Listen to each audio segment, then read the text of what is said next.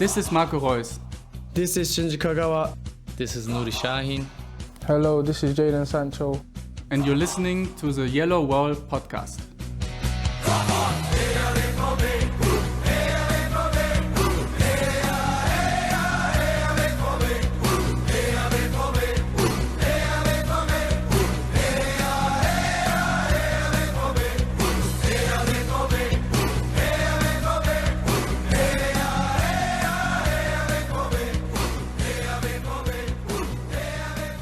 Hello and welcome to episode 438 of the Yellowwallpod. I'm your Stefan Butzko, and today we will talk about a perfect week to start the season, the deadline day, and of course we will discuss if Borussia Dortmund are officially back in the title race, and we will preview Saturday's game against SC Freiburg. For all that and more, joins me Carver from the BVB podcast. Yes, you heard that right. This is a very cool crossover episode. Hello Carver, how are you doing? I'm doing well. Thank you for having me. It's an honor to be here. Well, you already had me on, so I think it's only fair that you come on my show. Obviously, we're missing Jake. I don't know if you want to say what happened there. That's definitely my fault. I forgot about the time zone difference when we were recording. You messaged me like, we're ready. And I was like, I completely forgot about that. And Jake was busy, unfortunately. So Jake, I personally apologize. And you're with me here in spirit. Well, I'm glad this works out at all because my wife needs to go grocery shopping at 6 p.m. and so do I actually, because then we need to go to Jersey Mike's and have dinner. This is our big plans for tonight. So best sub spot. Obviously, yeah. This is what's gonna happen. But I'm sorry, Jake, that you couldn't make it, being in, I don't know, work meetings or whatnot. And obviously the BVB podcast, or BVB podcast is how you say it, I guess, is your little project. So before we talk about Borussia Dortmund and all things, maybe just talk about how two guys from St. Louis started that little project. Yeah, so we mentioned it, I think, at the beginning of our show, but him and I were actually DJs a few years back, and we had a show together. Talked for a bit, and then we just kind of parted ways for a few years. And then he approached me about 2 years ago and was like, hey, I've been watching soccer over the past few years. And I remember you saying you were a Dortmund fan, and I knew he worked in radio for a long time now. And then so we talked about that idea for a while, and he kept saying how excited he was to do the show. And I was like, we could see where it goes for a bit and just, have fun with it. And we did, and it's been a blast since. And he's been an incredible partner for this journey. I can't thank him enough for everything he does. Yeah, I'm actually really happy because I love listening to Borussia Dortmund podcasts more than I love recording them, to be honest. So this is actually quite nice because I do listen pretty much to every episode that you put out there. I mean, I listen to a lot of Dortmund podcasts, come to think of it. The Ruhrnachrichten podcast, and I think the Sport 1 one has now one, and I also listen to the Rasenfunk and multiple other podcasts, and of course Auf Ohren, if and when they have an episode, but that's all in German, so it's also nice to have another one in English. Obviously we have Believe in BVB by Thilo, who is of course from the New York fan club. That's also always a good shout out. But let's dive into it because we have a lot of things to discuss. Today is of course deadline day. And breaking news, Nico Schulz is still a Dortmund player. I think he was not in training and people were like, he might leave. But apparently, officially, he is just sick. Yeah, right. I think he was just sitting with his packed bags at the airport all day waiting for his agent to tell him where to go. But nobody, obviously, in their right mind would sign Nico Schulz right now because of the salary and whatnot. But we did... I hate the word get rid, but this is essentially what happened of Thorgan Hazard. So, Carver, it's only a loan deal. He joined PSV, so that's probably going to reignite his offensive, streak, or whatever you want to call it. Dortmund do not have to pay his salary for at least half a year, I think. So what do you make of Thorgan Hazard's career overall at Dortmund, considering he came together with Julian Brandt for, I think, 25 million a piece or so? Yeah, what a summer that was. I think we got Schultz. I mean, obviously Schultz didn't pan out, but we got Hazard, we got Brandt that summer. It was a big summer. And I thought his first season he went very well. He was very unselfish. I mean, he's always been unselfish with his play, but Haaland's first game, Hazard giving him that goal, that tap in to kind of boost his confidence, that kind of showed a lot about his character. His work rate's always been there. He's been a professional on and off the field. Just doesn't seem like it's really been cutting it when it comes to the quality of his game for the past few seasons.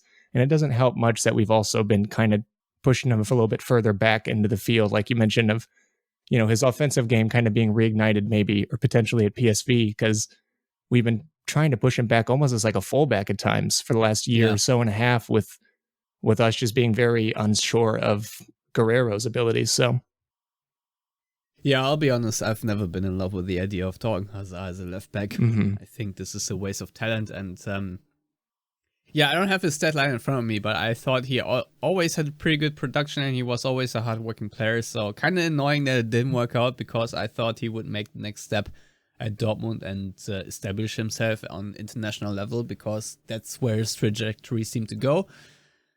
But if he can't beat out the hapless 60 million wing of Daniel Malen and Karim Adeyemi, who we of course will talk in a bit about, then that's tough. And of course, again, not really a winger, even though he had to play on the wing for Dortmund for the most part, but I feel like so many other attacking midfielders, he is more happy in the central role, maybe as a false nine, maybe even, hanging back from the striker. So I think Dortmund do well if they just actually focus on wingers. And I guess it frees up some salary, which I guess is good for Dortmund because they need it, especially since they're still paying Nico Schulz the big bucks every month.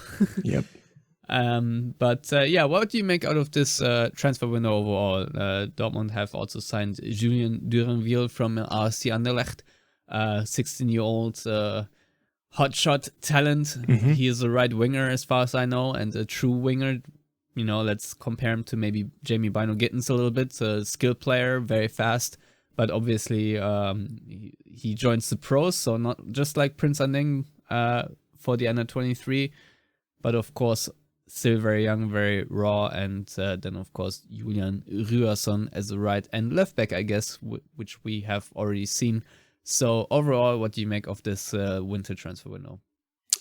I would say it's been a pleasant surprise. It seemed like from the board and Terzic himself, the majority of the fall, consistently saying that we weren't going to have much of any business this winter. And then come along January and we're kind of cooking up some things, or at least Kale's been cooking up some deals here, and some good ones at that. I mean, there's some sneaky business of getting Ryerson. Union Berlin, of course, was not happy to have or let a talent like him go. And on top of that, getting another reinforcement out on the wing with Duranville. It's been pretty solid. I mean, of course, you're not going to fill every hole in one window. You're not going to fill every hole in 1 year, but it looks like we're kind of starting to make some real investments into much needed areas that needed to be addressed for a long time now. Yeah, I mean, we can talk about Ryerson right now if you want, because for me, it's time to move on. I don't really have too many more opinions on the transfer window. I think everything that needed to be said, you said. And obviously, he was very prominent in the beginning of that Mainz game, which we unfortunately still have to discuss because we didn't so far on this podcast. He, of course, had this very weird miscontrol early in the game that led to the corner, and then he failed to mark Lee Jae-sung. He just scored a header off a corner that Ryerson conceded, basically, and then 2 minutes later, he scored himself with a deflected shot. Yeah, it's almost like for like with the Schlotterbeck error against Augsburg, and then 2 minutes later going back to score himself. So they're redeeming themselves a little bit, I guess, in that sense. But Mainz, of course, is always going to be a tough team to break down. And we had some rough moments at first. Of course, just like you mentioned, with not marking early on in that set piece, it's another problem or another cause for concern for this club for a long time now. But grew into the game relatively well, had a little bit more stability with Chan kind of dropping between the two defenders. It's funny how like Chan kind of has this cycle, I feel like, since joining Dortmund, of like getting into the starting 11 for maybe a month or so, getting some pretty decent performances here and there, some clean sheets, and then he just has like a train full of error after error, and then he's taken out of the squad even for months on end, and then it just kind of repeats. So I guess it's kind of good to have him back and playing well. And we got the 3 points and got out of there. Yeah, that's pretty much what happened. There was a smash and grab. Gio Reyna, of course, of that sweet Sebastian Aller assist, which was just I don't know why, but I was sitting on the couch watching this game and thinking to myself, I don't know why, I don't know how, but I'm pretty confident that somehow Dortmund will find a winner. I was thinking the exact same thing. Especially with all the substitutes. I mean, you have Jamie Bynoe-Gittens on there, you have then Gio Reyna on there, you have Sebastian Aller on there. I think it's pretty much the same tactic as it was against Augsburg, where you try to tire out the opponent and then bring on the good guys. Yeah. Or the better guys, if you will, because I once again was not really impressed with Daniel Malen, Adeyemi or Moukoko, to be honest. I mean, in the first half, there was a stint of dominance where Dortmund also created 2 really good chances. One is where Moukoko just has to square it off to Adeyemi, and it's 2-1 already. Mm-hmm. And the other one was also Adeyemi just lifting the ball very closely over the goal. Otherwise, this 2 would have been a goal. And I think from there, had Dortmund taken the lead earlier on, it would have been pretty much straightforward. But nevertheless, Mainz did have, the final 20 minutes, they had a couple of chances to actually go ahead themselves, and Dortmund did not have many ideas at all, apart from that corner kick, which then they utilized, and yay, set piece scoring for once, continuing a trend from Augsburg, so that was very nice to see. But otherwise, I do not have too many notes on this game, if I'm honest, because I just want to move on to the Leverkusen game, because that's more recent, and I feel like it also makes you feel better about Dortmund and the situation overall, because Dortmund now have moved into 4th place in the league table, leapfrogging Freiburg, who of course will be our next opponent. But more importantly, the first 3 games in 2023 have yielded into 9 points. Not every team can do that, Bayern Munich, for example, have only scored 3 points out of 3 games. So which makes the Bundesliga, of course, a little bit more interesting now overall. I don't know how much we want to talk Dortmund into this, but, with 3 points off the lead, these are the hard, cold facts.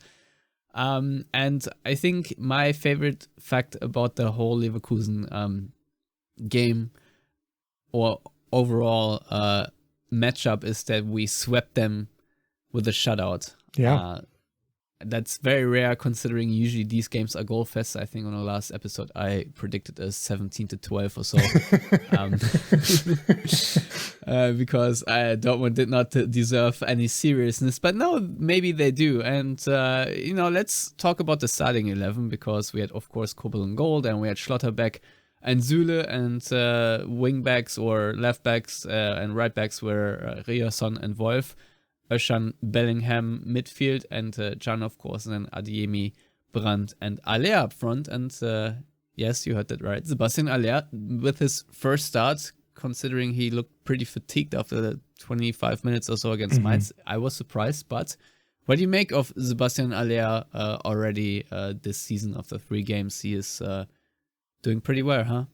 Absolutely. And I know you guys mentioned this last week already, but just even his footballing skills aside and his abilities aside, just the motivational factor in general, just glooming over the whole squad of, him being back and beating such odds in just a matter of months is nothing short of incredible.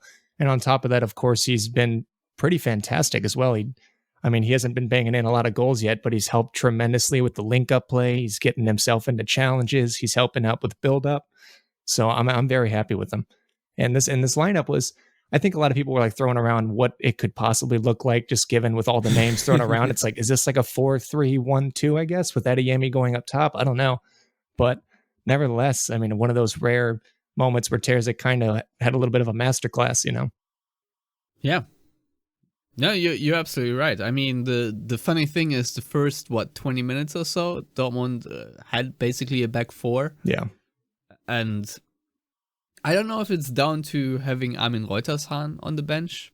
I don't know what the factor is there, but pulling Can back into the build-up, solved a lot of Dortmund's problems. And I said on the last episode, ideally when you have Haller starting, I want to see a 3-5-2, if you will, or however you want to line it up. But I want to see 3 at the back and then 2 wingbacks because Dortmund's main issue so far for a lot of stretches this season has been losing possession out of their own build-up.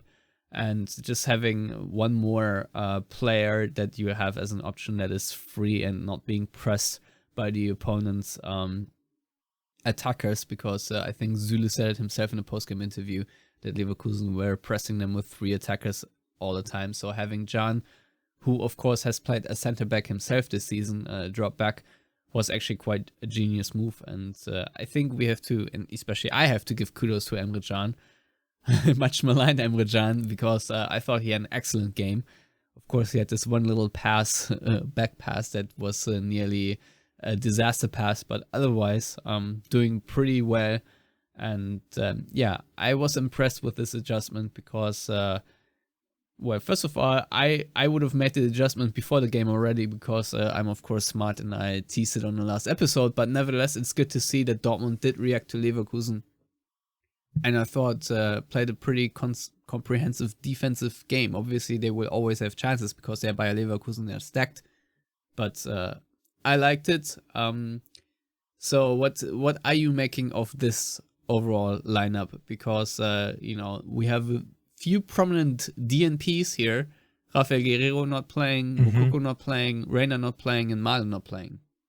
Well, I think Malen not playing is pretty much a given. I mean, he's been very, very disappointing this entire season so far. And on our show, Jake and I were extremely hyped for him when he was scoring against 1860 Munich in the Pokal. We're like, you know what? It took a while, but he's here.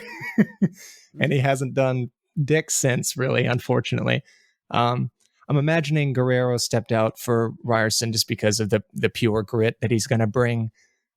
He's going to obviously hustle back a lot more, and he's not going to be so lost in defense. He's not afraid to put himself into challenges, unlike Guerreiro. So, I mean, there's a few different ways. And he's you can also not out of position as often. Correct. Right? Yeah. Just tactically. That's nice. Yeah. But it was good to see. So, do you think this is sort of a more permanent thing for Guerreiro, or do you think this was more of a specific tweak to answer the Leverkusen riddle with the DRB and whatnot up front? That's a really good question, because I've actually asked myself that, and I honestly think it may just be the first one and maybe starting to kind of fizzle Guerreiro out just because looks like he's pretty much gone in the summer, and maybe we're trying to get a head start and adjust and make a little bit more of a new system now with him in there. But other than that, I mean, I was pretty. I mean, the first 20 minutes was shaky. Even defensively, we were decent, but offensively, we couldn't get much going out with the build-up or anything like that. So that was a little rough. But when we were able to grow into the game a little bit more and get ourselves involved, that's whenever we started to look a lot better on and off the ball. Well, I must say, I was actually really impressed with Dortmund, considering that they are Dortmund and that Bayer Leverkusen had just won 5 games in a row. Yeah. If I'm not mistaken. So I certainly expected Leverkusen to be much more threatening. And what I really liked is the aggressiveness of Dortmund after those first 20 minutes where they were, as you said, a bit shaky. But then the counter-pressing, man, that was crisp. Yeah. Adeyemi making some really good runs. Sebastian Aller, you fit enough to back it up too. And with Can and Wolf and Ryerson and whatnot, and of course Süle and Schlotterbeck, you basically have a really good team overall to counter-press the opponent and to really, hunt them with some dynamism. Dynamism, yeah. Dynamism. Yeah. Because Hummels, of course, was not in there, so Dortmund did not have too big of a pace disadvantage, let's say. Schlotterbeck obviously not the fastest, but otherwise, I thought that this was something we haven't seen in a while work as well. And if we talk about things that might have been worked on in the training camp, because after Augsburg and Mainz, you have been asking yourself, what exactly have they done other than attacking set pieces? I think this might be the answer, because I think it looked much better than for a very long time. Granted, they also are much fresher now in terms of having fresh legs and being mentally fresh, because if you remember this hounding schedule before the World Cup, obviously you will not play a high intense pressing system so whatsoever. But nevertheless, I thought the way Dortmund put Leverkusen under pressure and then ultimately created a goal from that was just beautiful. And Carver just talked me through the goal, because I think there are so many nice things that happened there.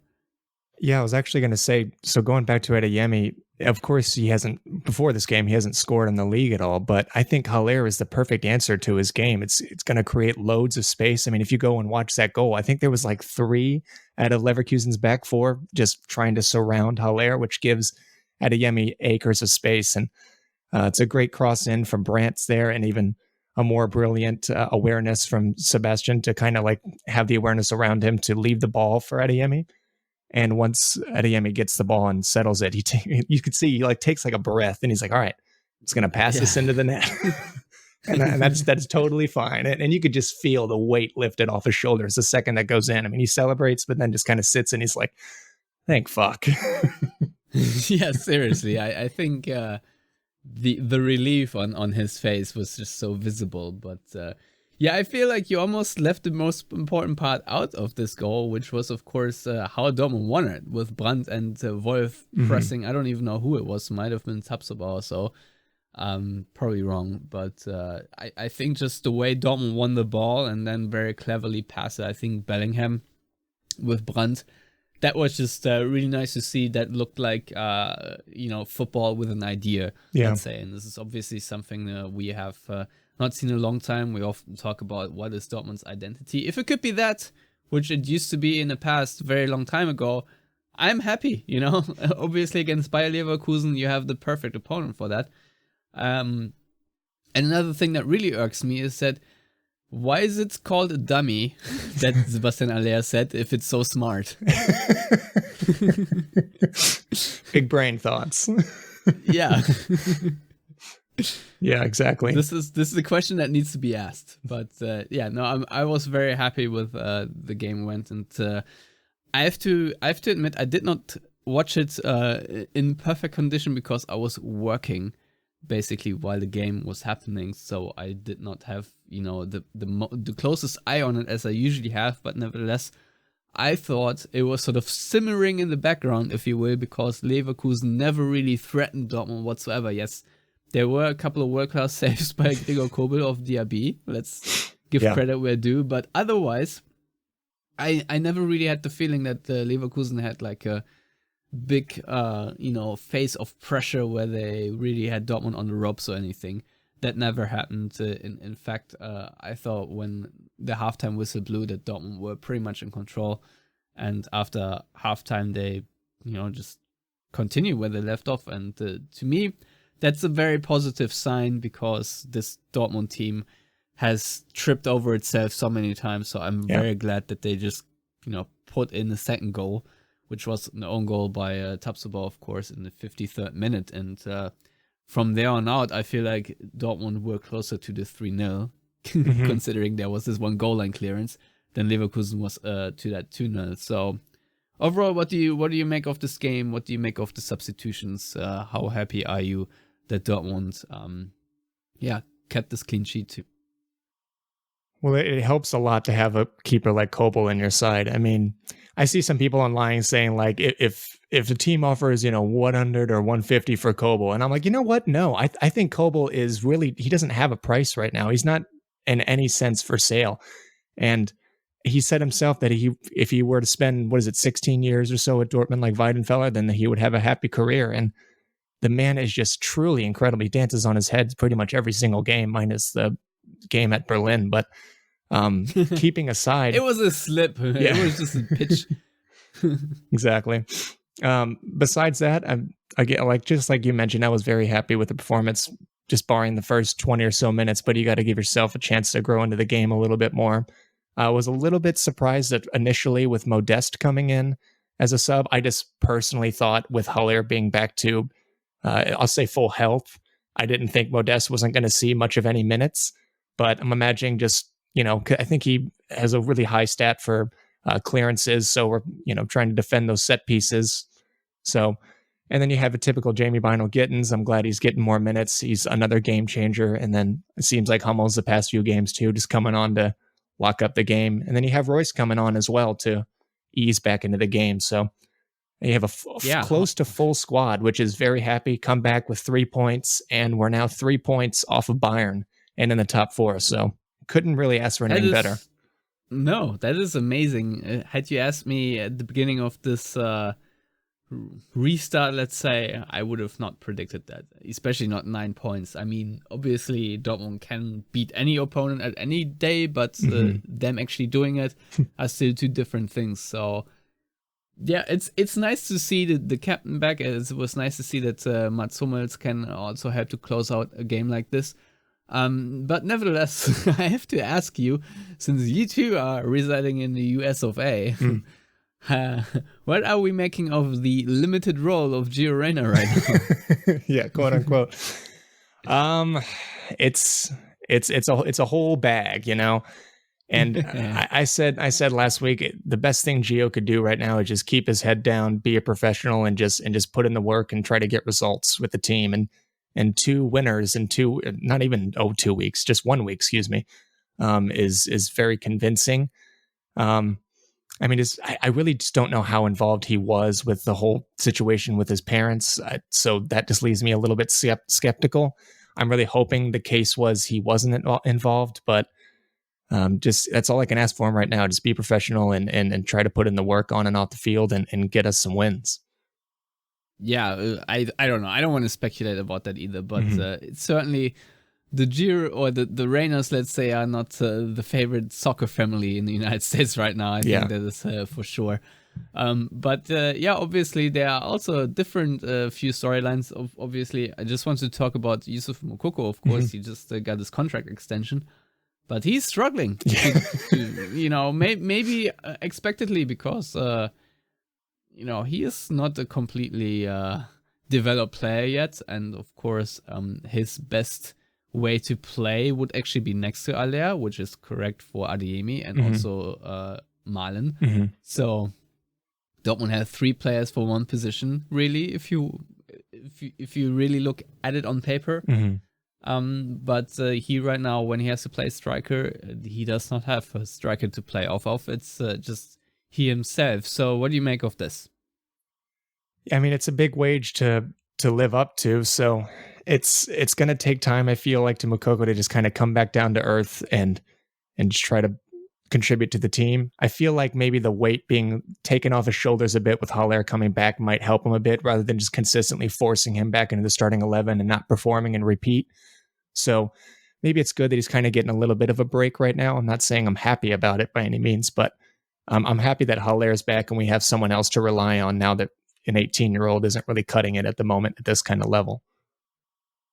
Yeah, just goes to show though, because there was obviously a lot of back and forth in the news cycle about Moukoko, and signing him on was obviously not easy. But obviously it's not easy if you have just gotten a race and now you need to perform better. The expectations is a little bit different now, maybe. Let's keep an eye on how he will do, but I feel like he might actually be better as an impact sub anyway, because he has fresher legs.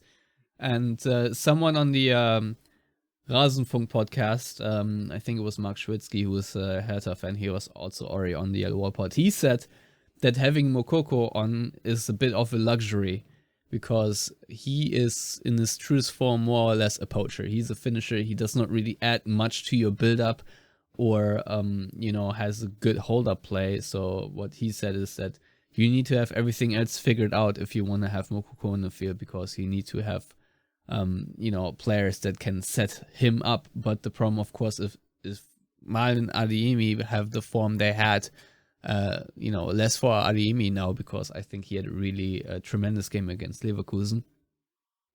But that of course does make sense to me, in the sense that Malen, of course, Aller is much more involved in the build-up and whatnot. You can see that he is not on the peak physical shape yet, and I think that's obvious for why that is. But still, he has just more IQ on the football field. He is just more savvy, more experienced. The gulf between Alea and Mokoko is still huge. Yeah.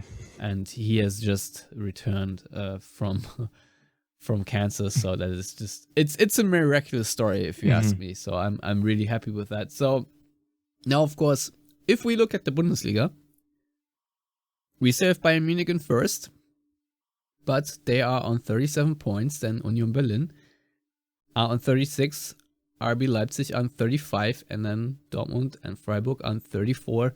And behind them are Eintracht Frankfurt on 32. So top 6 within 5 points. Obviously, the goal difference between Dortmund and Bayern is still massive. Bayern are plus 36, Dortmund are plus 8. But nevertheless, at least from my perspective, the Bundesliga does look way more juicy than it often does. Obviously, I've said it often before in this podcast. The Bundesliga will only be interesting again once Bayern lose Neuer and Lewandowski. But guess what? That has happened now. Yeah. And what do you think we can now expect going forward? Just not from a Dortmund point of view, but maybe from a Bundesliga point of view. Yeah, so I thought it was funny that with Bayern Munich drawing 3 in a row, and then they just go ahead, and you see the reports of Nagelsmann having extreme pressure, and then as well as signing Cancelo out of absolutely nowhere. And it's like, oh, great, you just get 3 ties, and then you could just pull that off. That's awesome. But I mean, this league is very exciting, and let alone to this point of the season. I think in the last few years, we've had races like this where it's like 5 or 6 points separates 6 or 7 teams. But now we're going into February and it's still this wide open. Usually the second half of the season looks like Bayern hits their stride.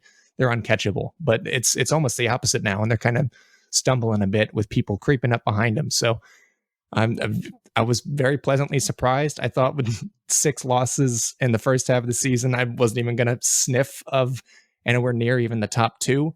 But just happy to be here. It's funny, though, because if you only look at the win column as a Dortmund fan, you can look very, pleased at it because only Union Berlin have won 11. Dortmund have 1 more win than Bayern, actually, this season, which is unheard of. Obviously, Dortmund also have 5 more losses. Yeah. Because Dortmund have only 1 draw so far this season. So it's a lot of hit and miss for the Black and Yellows. But yeah, I personally am excited. Even if it could all feel like all over again in like 3 match days down the line, this can always happen. But nevertheless, for this moment in time, I'm excited, and I would love for Dortmund to keep it that way. But in order to do that, they need to beat SC Freiburg on Saturday. And the problem is that SC Freiburg are a really good team, and then Dortmund barely beat them. I mean, it was a 3-1 in the end last time, but I think if it weren't for that goalkeeper error of Mark Flecken, Dortmund would have not come back to win this game. So SC Freiburg, of course, sit in 5th place, as I previously said. And, they're doing okay so far. I mean, they have 1 loss, inexplicable 6-0 drubbing against Wolfsburg. Yeah. But they bounced back with the 1-1 draw against Frankfurt. I think you can say that. Wasn't an emphatic win, but it was a really great game between 2 of the best teams in the Bundesliga. And then, of course, a 3-1 win against Augsburg, which looked very comfortable, more comfortable than Dortmund's for the 3 win against Augsburg. So, Carver, what can we expect from SC Freiburg as they make their way to the Westfalenstadion on Saturday? I don't even know what time it is. Is it the afternoon kickoff? Yes. Yeah. Okay. So, I mean, they're obviously a very well-drilled team. I'm hoping that they'll look just as disorganized when they came to Dortmund last year under Rosa. I think that was arguably the best game we had under Rosa. Definitely the best first half we had under Rosa, and just completely pinning Freiburg in their own half. But yeah, other than that, again, well-drilled. They attack and defend very well. They've got a handful of good goal scorers in this team. Gregorish continues to impress. I think, if I'm not wrong, I thought they got Gregorish on a free transfer. Yeah. So, I mean, they're always great with the business and the transfer windows. I just think our main priority should just be not trying to kill ourselves and minimizing these mistakes, because we create our own problems constantly. Going back to conceding from building up from the back, I think with the first goal we conceded against Augsburg, that was our 7th goal that we conceded from build-up this season alone, which is it's pretty shocking in my opinion. And so out of the 25 goals we conceded this season, 7 of those are just from really our own hand. So I'm hoping Terzic takes another good look at this one and can try to minimize those. I think, like we mentioned before, that Chan helps a lot with that and helping progress the ball. And of course, you have Jude coming back as well. Have other personnel. Özcan is out though. I think he is suspended, isn't he? Yes, I saw that. I think it was his 5th yellow card. And then Dahoud looks like a question mark as well. I haven't seen like any confirmed reports of what the deal was when he was out against Leverkusen. I think initially some people were thinking it was a shoulder thing again, and then some people were speculating maybe it was like a personal thing, but no reports came for that. So I don't really know what the deal is with that, but I'm looking like we're going to hopefully address that central role. Yeah, I really do wonder about Dahoud because maybe, I mean, there were some rumors that he had some sort of beef with Edin Terzic or so, but I'm not entirely sure what could have happened there. But which would be shocking because he was one of those players that Terzic revitalized. You know what I mean? Under his first spell. But then again, Mo Dahoud is a curious person, so who knows what is going on there. Yeah, I actually am quite excited about Dahoud back because I think he is a vital player, and I think Dortmund need to utilize him. Now, obviously, I want to see sort of 4-3-3 setup, or at least a 3 at the back and 3 midfield sort of thing, because I think stability first is still the credo for Dortmund, and I'm okay if we have a midfield 3 of Can, Dahoud and Bellingham, and then of course I don't know, be it Hummels or Schlotterbeck or Süle in central defense. And would you keep the backline setup from last time, or would you actually change it? I'd probably keep it, to be honest with you. I mean, if there's any change I would make, it might be one of the center halves. But then again, I thought Schlotterbeck, besides his mistakes against Augsburg, I think he's looked pretty solid. So it just depends. Yeah, I mean, it is against his ex-club, so he should be more motivated too. But who knows? But what I find interesting is that Marius Wolf at right back looked really decent, and Ryerson as a left back also. You know, here, of course, he had a couple of fouls against DRB, but apart from that, I thought he was just doing pretty well. And a very good balance of, you know, defensive prowess and attacking capabilities. What I also liked about Ryerson is that he actually sometimes, when he had the ball, just took it and ran forward, because I expected him to just recirculate possession. But he actually ran at Leverkusen defenders and managed to create space and win his 1v1. So that was actually really encouraging, because you do need a fullback then that also can go forward as Borussia Dortmund. There's just no other way. So yeah, I don't know. There are a lot of options now. Terzic and his team have actually a lot of depth now to choose from.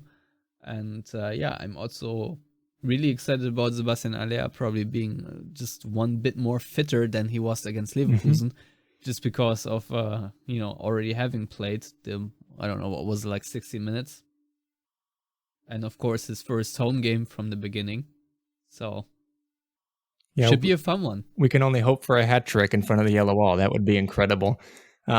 Obviously, I've said it a bunch. It's a good problem to have for a coach, looking at a lineup and thinking, who could I put in? Because we have so much available, as opposed to the lineups just kind of picking themselves for what seems like the last 2 calendar years now. So I'm glad Terzic has a little bit more at his disposal.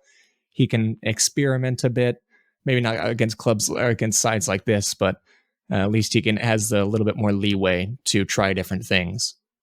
Well, I mean, he does have options to cater to the opponent's strengths and weaknesses, right? But obviously politics is always also a factor in these things. And of course, I'm talking about Marco Reus, if you haven't guessed it. He's the club captain, so basically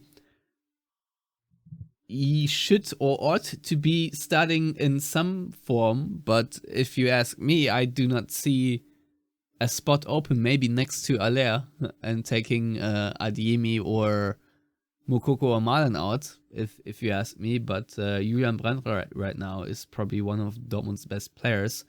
next to Jude Bellingham in terms of outfield players. So I do not see a good argument to take him out.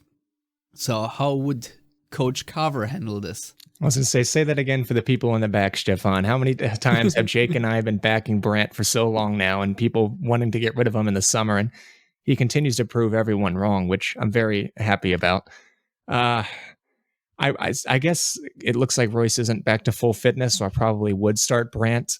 Maybe have Adeyemi a little bit further up. And again, he can kind of have that space next to Haller and then bring Royce on early, mid-second half or so, depending on how the game's going. Yeah. It's something that I really rack my brain about, because just on pure performance, I don't think there's a quick way back for Marco Reus in this team. But obviously, we all know about his quality as well. And it's a shame that his fitness isn't where it needs to be. And also, there is this looming contract extension. Will he extend? Will he not? You know, what's going to happen there? So a lot of questions I have, but I don't know. At this point, it's a wait and see kind of thing. Mm-hmm. Any other thoughts that you have on Borussia Dortmund, this Freiburg game, or anything else? Not just besides really excited to see maybe Sebastian net one here in front of the yellow wall. That's going to be a sight to see. I mean, it was just incredible to see the standing ovation that he got when he initially came on for his first home game, but now he can actually get out and get a little bit more minutes and hopefully score. That's going to be something I'm very excited for. Yeah, I mean, ideally, you would want to score in front of the yellow wall. So since he's probably going to play more in the first half than the second, do you try to switch the directions of play at the beginning? Do you play toward the yellow wall in the first half? Mm-hmm. Is that a thing you need to think about, or?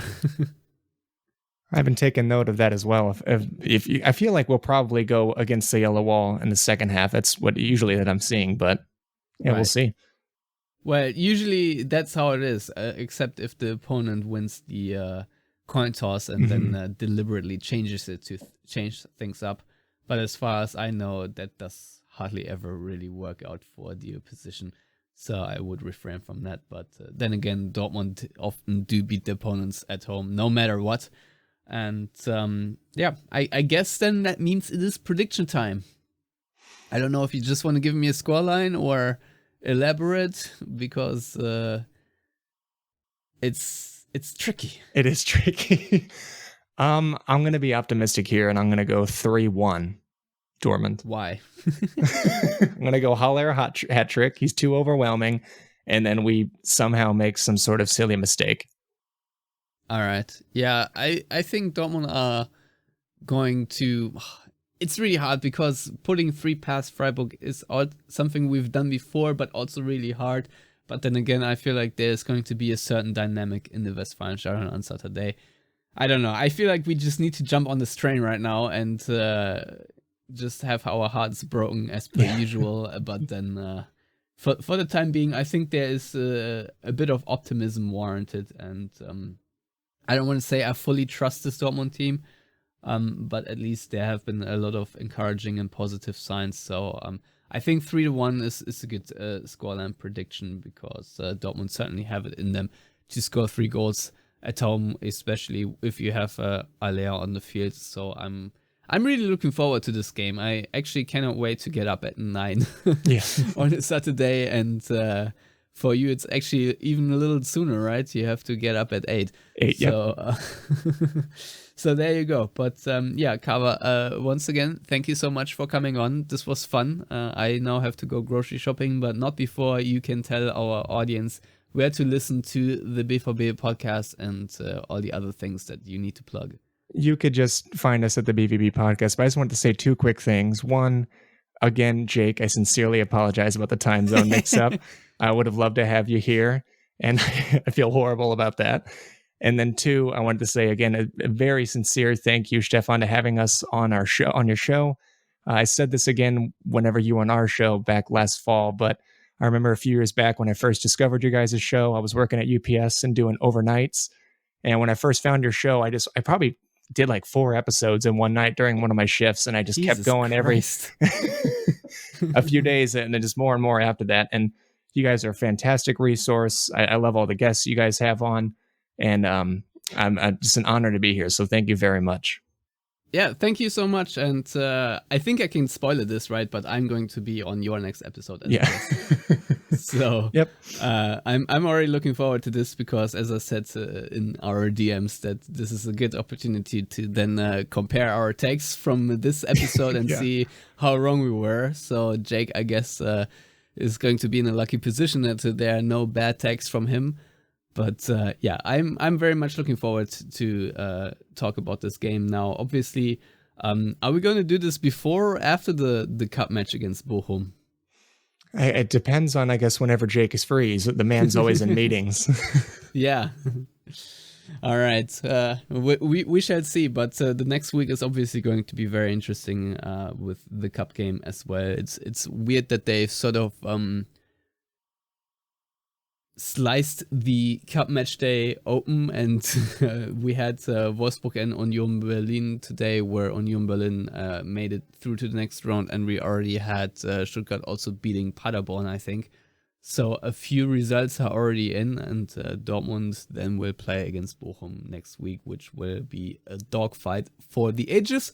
But that is all from us for this week. As always, everyone out there, be it working for UPS on night shift or not, thank you so much for listening, and we shall be back with an episode next week to discuss the Freiburg game and then preview the Bochum match.